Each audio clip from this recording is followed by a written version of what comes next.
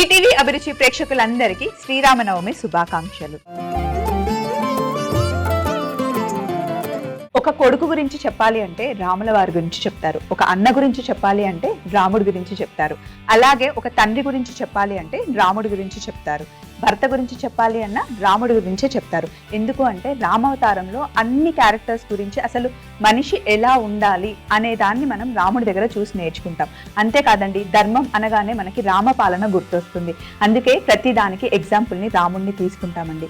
మరి రాముడి మీద ఉన్న భక్తితో హ్యాపీగా ఒకసారి మనస్ఫూర్తిగా దండం పెట్టుకుని ఈరోజు ఎపిసోడ్ని స్టార్ట్ చేద్దాం.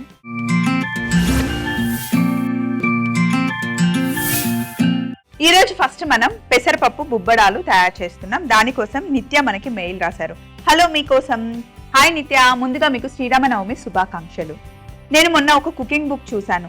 అందులో నాకు బుబ్బడాలు అనే రెసిపీ కనిపించింది. ఆ పేరు నాకు చాలా ఇంట్రెస్టింగ్ గా అనిపించింది. అది ఎలా చేయాలో ఇంట్లో ట్రై చేద్దాం అనుకుంటున్నాను. సో మీకోసంకి మెయిల్ రాస్తే మీరు చేసి చూపిస్తారు అని చెప్పి మనకి నిత్య మెయిల్ రాశారు.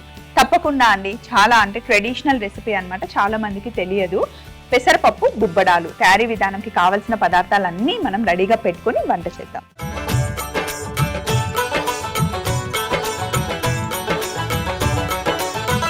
ఇప్పుడు మనం పెసరపప్పు బుబ్బడాలు చేసుకుంటున్నాం. పేరు చాలా మందికి తెలీదు, రెసిపీ చాలా సింపుల్ అండి. ఫస్ట్ చేయాల్సిందల్లా పెసరపప్పుని ఇలా ఉడికించుకోవాలి. కొంచెం పెసరపప్పుని నేను ఉడికించుకున్నాను, చిన్న క్వాంటిటీలో మనం చేస్తున్నాం. సో ఇప్పుడు ఇక్కడ పొయ్యి మీద వేడి నీళ్ళు ఉన్నాయి. నీళ్ళు ఎంత పెట్టుకున్నాను అంటే, మనం ఇక్కడ కప్పుల లెక్కన తీసుకున్నాం కదండి, అన్ని ఒక కప్పు నీళ్లు వేసుకున్నాను, బాగా మరుగుతున్నాయి. ఇందులో ఉడికించుకున్న పెసరపప్పు ఎంత ఉడికించుకున్నామో అందులో సగం చక్కెర, ఒక 2 స్పూన్ల నెయ్యి,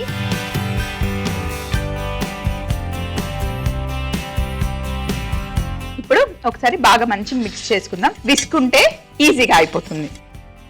ఇప్పుడు ఇందులో మనం ఒక కప్పు బియ్యం పిండి, కప్పు కన్నా కొంచెం తక్కువ తీసుకున్నాను, అలాగే కొంచెం గోధుమ పిండి. సో బియ్యం పిండి కప్పు కన్నా కొంచెం తక్కువ వేసుకున్నాను కదా, గోధుమ పిండి కూడా అంతే. ఇందులో మంచి ఫ్లేవర్ కోసం ఇలాచి పొడి. ఇప్పుడు మనం చేస్తుంది స్వీటే కాబట్టి ఇలాచి పొడి ఖచ్చితంగా వేసుకోవాలి. సో అన్ని వేసి బాగా మిక్స్ చేయండి, ఇలా ఉప్పుడు పిండి లాగా అన్నమాట. మనం హనుమాన్కి అప్పాలు చేస్తాం కదండి, సేమ్ అలా అన్నమాట.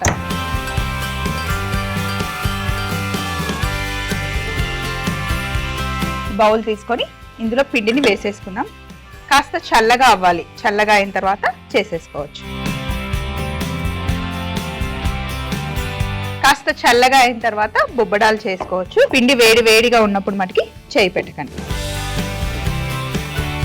సో ఈ లోపల పిండి చల్లబడే లోపల మనం నూనె వేడి చేసుకుందాం.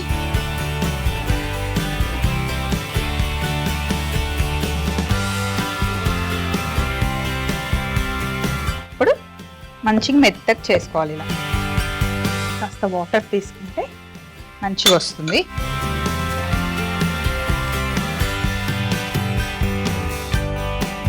ఇప్పటి పిల్లలకి నిజంగా పండగలంటే పెద్దగా తెలీదు. పిండి వంటలు చేసుకొని తింటాం, హాలిడే ఇస్తాం, అదొక్కటే తెలుసు. కానీ ముఖ్యంగా శ్రీరామనవమి వచ్చినప్పుడు అసలు చాలా, నేను ముందు చెప్పాను కదండి, మనం కొడుకు గురించి చెప్పుకోవాలి అన్నా, అన్న గురించి చెప్పుకోవాలి అన్నా, భర్త గురించి చెప్పుకోవాలన్నా, అంతెందుకు హనుమంతుడితో రాముల వారికి ఉన్న అనుబంధం ఉంటుంది కదా, అసలు చాలా చాలా బాగుంటుంది. ఆ క్యారెక్టర్స్ అన్ని మనం చూస్తూ ఉంటే నిజంగా లైఫ్లో ఎలా ఉండాలి, ఒకరితో ఎలా మనం ఉండాలి, నిజంగా ధర్మంకి మనం ఇచ్చే వాల్యూ ఏంటి, నిజాయితీకి ఉండే ప్రాముఖ్యత ఏంటి అని మనకు తెలుస్తుంది.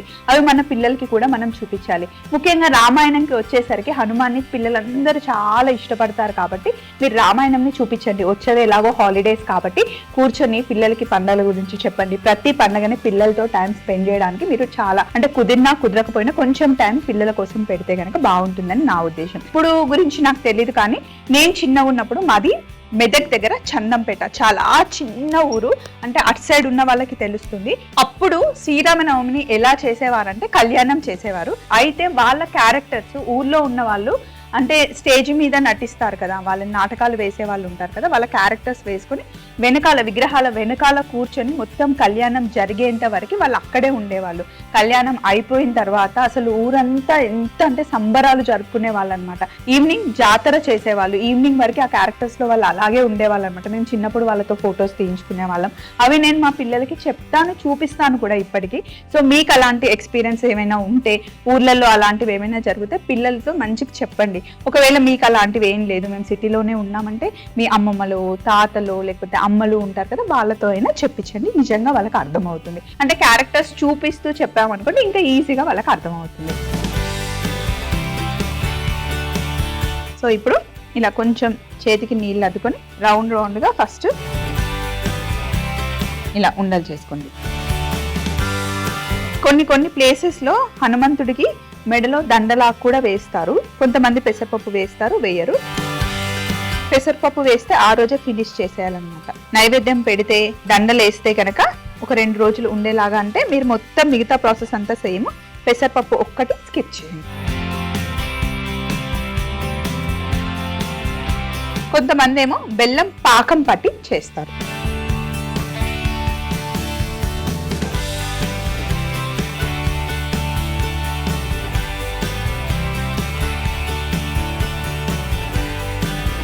సో ఇలా అన్ని చేసిన తర్వాత చేతిని తడి చేసుకోండి. ఇలా తడి చేసుకున్న తర్వాత చేతిలోనే ప్రెస్ చేసుకొని, మరీ పెద్దగా కాదు, చిన్నగానే రౌండ్గా వస్తుంది ఇలా వేసుకోవాలి.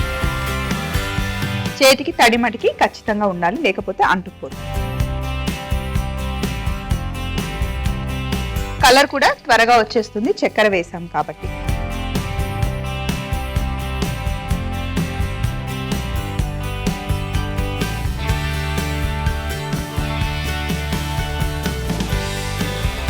కావాలి అంటే కొంచెం ఫ్రై చేయాలి అంటే నెయ్యిలో కూడా ఫ్రై చేసుకోవచ్చు. ఆయిల్లో అయినా సరే, నెయ్యిలో అయినా సరే. తొందరగా కలర్ వచ్చేస్తుంది. కలర్ వచ్చిన తర్వాత మనం బయటకు తీసుకోవడం. చూడండి, ఇలా మంచి కలర్ వచ్చే వరకు ఫ్రై చేసుకోవాలి. బుల్లిగా భలే ఉన్నాయి కదా.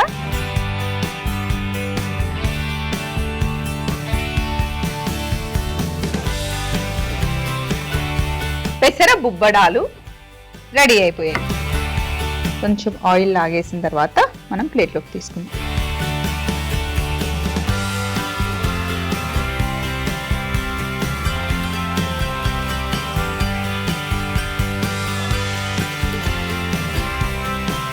మామూలుగా ఆంజనేయ స్వామికి కొన్ని ప్లేసెస్ లో మనం ఇలా అప్పాలు చేసి ప్రసాదంగా పెడుతూ ఉంటాం. ఈ రోజు మనం పెసరపప్పు వేసి మరి పెసరపప్పు బొబ్బిడాలు చేసుకుంటాం. ఎందుకు అంటే శ్రీరామనవమి రోజు ఖచ్చితంగా మనకు వడపప్పు పానకం ఇస్తారు కదా, అందుకని. నెక్స్ట్ మనం సూపర్ రెసిపీ చేసుకోబోతున్నామండి. మీరు తయారీ విధానం మరొకసారి చూస్తూ ఉండండి.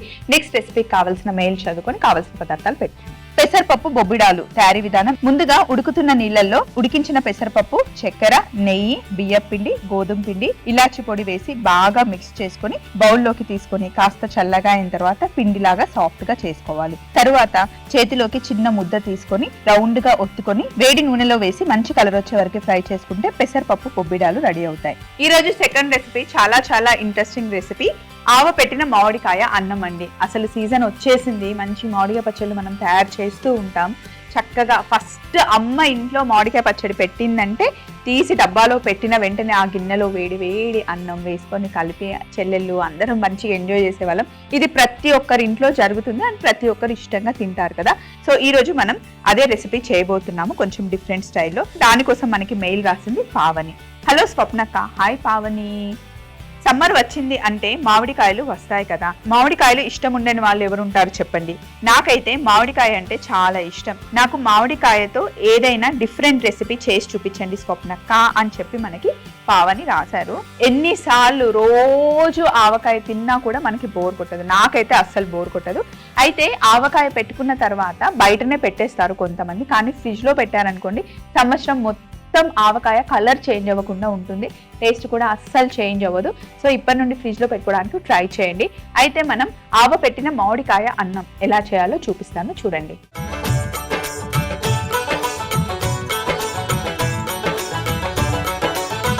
సో సో కావాల్సిన పదార్థాలన్నీ రెడీగా ఉన్నాయి. ఏంటి చూసిన తర్వాత ఇక్కడ ఎక్కడ మామిడికాయ పచ్చడి కనిపించట్లేదు అనుకుంటున్నారా? మామిడికాయ, ఆవ పెట్టిన మామిడికాయ అన్నం మనం తయారు చేస్తున్నాం. సేమ్ మనం పచ్చడి తింటే ఏ ఫ్లేవర్ ఎలా ఉంటుందో అలా అనమాట. సింపుల్ గా, ఇంకా కొంచెం టైం ఉంది కదా మనకి మామిడికాయలు వచ్చి ఆవకాయ పెట్టుకునేంత వరకు టేస్ట్ మిస్ అవ్వకూడదు కదా. సో అందుకని చక్కగా ఇప్పుడు మనం చేస్తున్న ఆవ పెట్టిన మామిడికాయ అన్నంని ట్రై చేయండి, డెఫినెట్ గా మీకు నచ్చుతుంది. అయితే ఇక్కడ మన దగ్గర ఉన్నవి తెల్ల ఆవాలు అంటాం. మనకి 2 రకాలుగా ఆవాలు దొరుకుతాయి. ఇవేమో నల్ల ఆవాలు, ఇవి తెల్ల ఆవాలు. ఇవి చాలా చాలా బాగుంటాయండి. నీళ్ళల్లో వేసి నేను సోక్ చేశాను ఒక గంట సేపు. మిక్సీ జార్ తీసుకొని ఇందులో ఒక 2 లేదా 3 పచ్చిమిర్చి వేసుకొని నానబెట్టుకున్న తెల్ల ఆవాలు, ఒకేసారి ఎక్కువ వాటర్ వేస్తే సరిగా మెదగదు, కొంచెం తీసేద్దాం. ఇప్పుడు ఇందులో కొంచెం ఉప్పు వేసుకుందాం.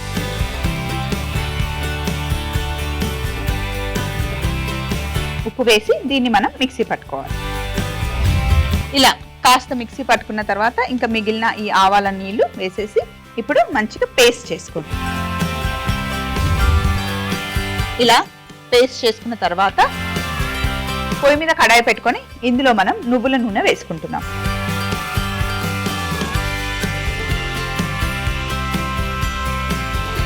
నూనె కాస్త వేడెక్కిన తర్వాత ఇప్పుడు ఇందులో కొన్ని ఆవాలు,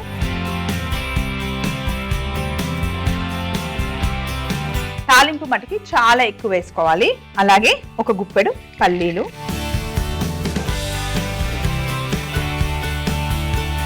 శ్రీరామనవమి రోజు మనకి పానకం పంచుతారు కదండి. ఈ రోజు నుండి ఎండలు బాగా ముదురుతాయి అన్నమాట.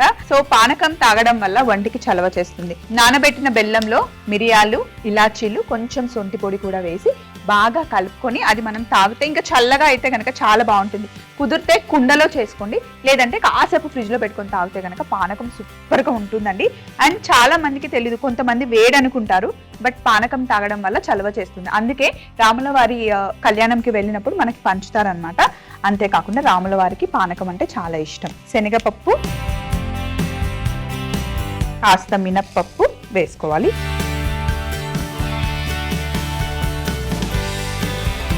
నేను జానకి రాముడు సిరీస్ చూసినప్పుడు అందులో పానకం గురించి ఎక్స్పెషల్లీ చెప్తారనమాట. రాముల వారు, సీతమ్మ, అలాగే లక్ష్మణుడు అడవిలో తిరిగినప్పుడు ఎక్కడికి వెళ్ళినా పానకం ఇచ్చేవారంట. ఎందుకంటే రాముల వారికి చాలా ఇష్టం. అంతేకాకుండా ఎండనక వాననక ఎండలో పడి తిరుగుతూ ఉంటారు కదా, సో బాడీకి చలవ చేస్తుంది. ఐరన్ రావాలి అన్నా కూడా బెల్లంని తీసుకోమని చెప్తారు. బెల్లంలో మంచి క్వాలిటీస్ ఉంటాయి. ఇంకా దుమ్ము ధూళిలో తిరుగుతూ ఉంటారు కదా, మీరు ఎప్పుడైనా విన్నారా? బాగా దుమ్ములో రోజంతా తిరిగి వచ్చిన తర్వాత ఇంటికి వచ్చాక ఒక చిన్న బెల్లం ముక్క తింటే మనం అనుకోకుండా పీల్చిన పొల్యూషన్ ఉంటుంది కదా, అదంతా వెళ్ళిపోతుంది అనమాట. ఇంప్యూరిటీస్ ఏవైతే ఉంటాయో అవన్నీ వెళ్ళిపోతాయి. బెల్లం చాలా మంచిది. అంతెందుకు హెయిర్ ఫాల్ అవుతుంది అంటే మీరు రోజు కొన్ని నీళ్లు, నానబెట్టిన బెల్లం నీళ్లు తాగితే కనుక హెయిర్ ఫాల్ తగ్గుతుంది. ఇంకా ఎక్కువ హెయిర్ ఫాల్ అవుతుందంటే నానబెట్టిన బెల్లం నీళ్లు ఉంటాయి కదా, షాంపూ చేసిన తర్వాత ఒకసారి తల మీద వేసుకొని జస్ట్ 2 minutes ఆగి మళ్ళీ వాటర్ పోసేసుకుంటే కూడా హెయిర్ ఫాల్ తగ్గుతుంది. చాలా మంచిది, ట్రై చేయండి. మినపప్పు, శనగపప్పు వేగిన తర్వాత ఎండుమిరపకాయలు వేసుకోండి. ఎండుమిరపకాయలు కూడా మంచి కలర్ వచ్చే వరకు వేగాలి. సో ఎండుమిరపకాయలు ఇలా వేగిన తర్వాత కొంచెం పచ్చిమిర్చి కూడా వేసుకోవాలి. మనం రోజంతా దుమ్ములో తిరిగి వచ్చిన తర్వాత నేను బెల్లం ముక్క తినమన్నాను కదా, అయితే ఇండస్ట్రీలో ఏదైనా ఫిలిం షూటింగ్ జరిగినప్పుడు బాగా దుమ్ములో ఫైట్స్ చేస్తారు కదండి, బాగా పెద్ద పెద్ద ఫైట్ సీన్స్ చేస్తారు కదా, షూటింగ్ ప్యాకప్ అయిన తర్వాత కూడా కొంచెం బెల్లం ముక్క ఇస్తారు. ఎందుకంటే ఆ దుమ్ములో రోజంతా వర్క్ చేస్తారు కదా, సో ఎలాంటి ఎఫెక్ట్ అవ్వకుండా ఉండడానికి బెల్లం ముక్క ఇస్తారు. ఇది చాలా మందికి తెలీదు, బట్ చాలా మంచిది, ట్రై చేయండి. బెల్లం ముక్క తింటే మంచిది, కాకపోతే తీసుకునే బెల్లం మంచి బెల్లం అయి ఉండాలి. కలర్ వేసిన బెల్లం కాకుండా, చక్కెర కాకుండా. పచ్చిమిర్చి వేగిన తర్వాత కరివేపాకు,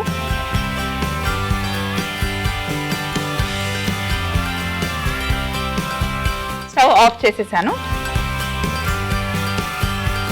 ఇప్పుడు ఇందులో కొంచెం పసుపు, ఇంగువ,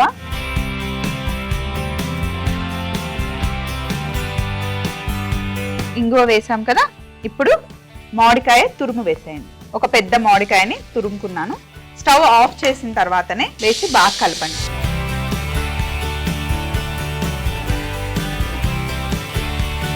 కాస్త వేడిగా ఉన్నప్పుడే ఇందులో మనం మిక్సీ చేసుకున్న ఆవ పేస్ట్ వేసేయండి.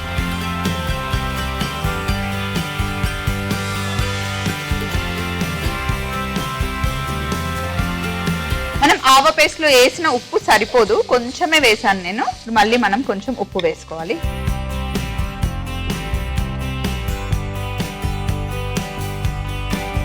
ఇంకా కొద్దిగా ఉప్పు పడుతుంది మనకి. మామిడికాయకి పేస్ట్కి సరిపడా ఉప్పు వేసేసుకొని బాగా మిక్స్ చేసేసుకోండి. ఇప్పుడు మనం చేస్తున్న ఆవ పెట్టిన మామిడికాయ అన్నంకి పుల్లగా ఉన్న మామిడికాయ అయితేనే బాగుంటుంది. సో ఇక్కడ మనం తాలింపు చేసి పెట్టుకున్నాం కదా, మామిడికాయ అంతా వేసి చక్కగా ఇందాకనే వండి పెట్టుకున్నాను రైస్. చల్లగా అవ్వాలి, పొడి పొడిగా ఉండాలన్నమాట. ఇక్కడ మనం చేసుకున్న తాలింపు చల్లగా అయిపోయింది, రైస్ కూడా చల్లగా ఉంది. ఇప్పుడు ఎంత రైస్ పడుతుందో అంతే తాలింపు. మిగతా తాలింపుని మీరు ఫ్రిడ్జ్ లో పెట్టుకోవచ్చు, చక్కగా 15-20 రోజులు హ్యాపీగా ఎంజాయ్ చేయొచ్చు. రైస్ అంతా వేసేయండి. మామూలు రెగ్యులర్ సోనా మసూరి రైసే నేను వాడుతున్నాను. సో ఇప్పుడు మొత్తం మంచిగా మిక్స్ చేసుకోండి. ఫస్ట్ మనకి కొంచెం తాలింపు ఎక్కువగానే అనిపిస్తుంది, తడి తడిగా తేమగా ఉంటుంది. కానీ కొంచెం టైం తీసుకున్న తర్వాత పొడి పొడిగా అయిపోతుంది, సేమ్ పులిహోర లానే.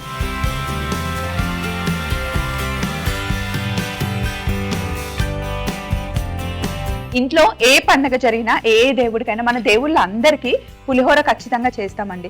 అమ్మ, అత్తమ్మ, నానమ్మ, అమ్మమ్మలు ఎవరైనా సరే పండగ రాగానే నువ్వు పులిహోర, గారెలు, దద్దోజనం, అంతే పొంగల్ చేస్తావు, ఇంకేం చెయ్యరు అని అంటూ ఉంటాం. కానీ నిజంగా ఊహించుకోండి ఒకసారి, ఒక్క పండగ కన్నా మనం పులిహోర చేసుకోకుండా, గారెలు చేసుకోకుండా, ఇంకా మనం పొంగల్ చేసుకోకుండా అసలు పండగ బాగుంటుందా అండి? మనకే నచ్చుతుందా? ఆ తృప్తే ఉండదు కదా.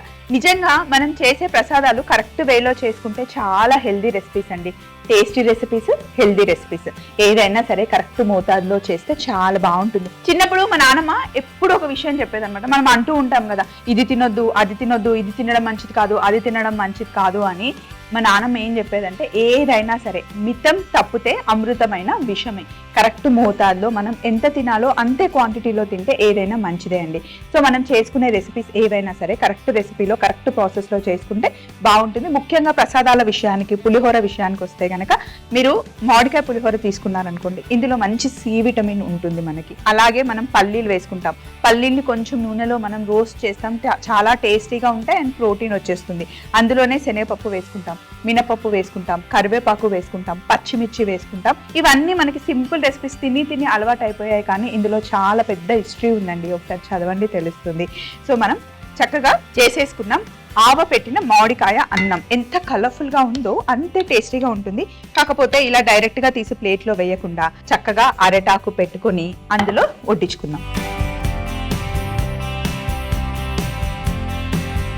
మీతో మాట్లాడుతూ అన్నం కలిపేటప్పుడు వేద్దాం అనుకున్నాను, బట్ మర్చిపోయాను. ఇక్కడ చూడండి, నా చేతితో కాస్త చక్కెర ఉంది. ఇది మటుకి మనం లాస్ట్ లో యాడ్ చేసుకోవాలి. ఎందుకు వేస్తున్నాం స్వప్న అంటే, పుల్లటి మామిడికాయ తీసుకున్నాం కదండి, అందులో మనం ఆవ పిండి వేసాం, మిక్సీ పట్టి వేసుకున్నాం, నువ్వుల నూనెతో చక్కగా మనం తాలింపు చేసుకున్నాం. కొంచెం ఆ చక్కెర వేస్తే ఆ తీపి కొంచెం తగులుతూ లైట్ గా ఆ పులుపు దనంతో కాంబినేషన్ చాలా బాగుంటుంది. మనం రెగ్యులర్ గా చింతపండు పులిహోర చేసినప్పుడు కొంచెం బెల్లం ముక్క వేస్తాం, ఎందుకంటే రుచిని పెంచడం కోసం. సో ఇప్పుడు ఇది కూడా కైండ్ ఆఫ్ పులిహోరనే కాబట్టి కొంచెం ఆ చక్కెర వేస్తే రుచి చాలా బాగుంటుంది. చూడండి. సో ఇప్పుడు మళ్ళీ ఒక్కసారి మిక్స్ చేద్దాం. ఆవ పెట్టిన మామిడికాయ అన్నం రెడీ అయిపోయింది. అరిటాకు వేసి పెట్టాను బౌల్లో, ఇందులోకి తీసేసుకుందాం.